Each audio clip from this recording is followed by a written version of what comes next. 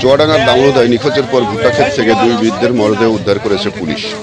সোমবার 21শে ফেব্রুয়ারি বেলা 11:30টার দিকে উপজেলার দর্শনা পৌরসভার পরানপুর গ্রামের বেতেগাড়ি ও ঘরভাঙা মাঠে থেকে পৃথক মরদেহ উদ্ধার করা হয়।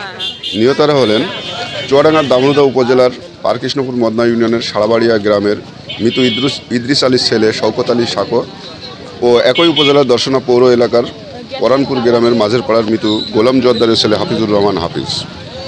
পরিবারের সদস্যরা জানায়, শওকত আলী সাকো বুদ্ধি প্রতিবন্ধী ছিলেন। শনিবার সকালে বাড়ি থেকে বের হয়ে নিখোঁজ হন তিনি। অনেক খোঁজাখুঁজির পরও তাকে পাওয়া যায়নি।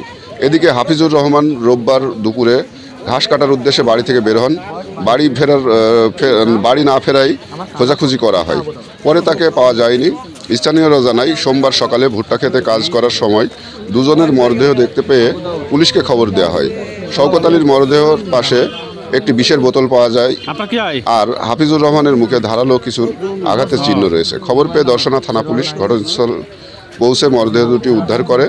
দর্শনা থানার ভারপ্রাপ্ত কর্মকর্তা ওসি AHM লুথুল কবির জানান, পরানপুর গ্রামে আধা কিলোমিটারের মধ্যে ভুট্টা ক্ষেতের ভেতর থেকে দুটি মরদেহ উদ্ধার করা হয়েছে।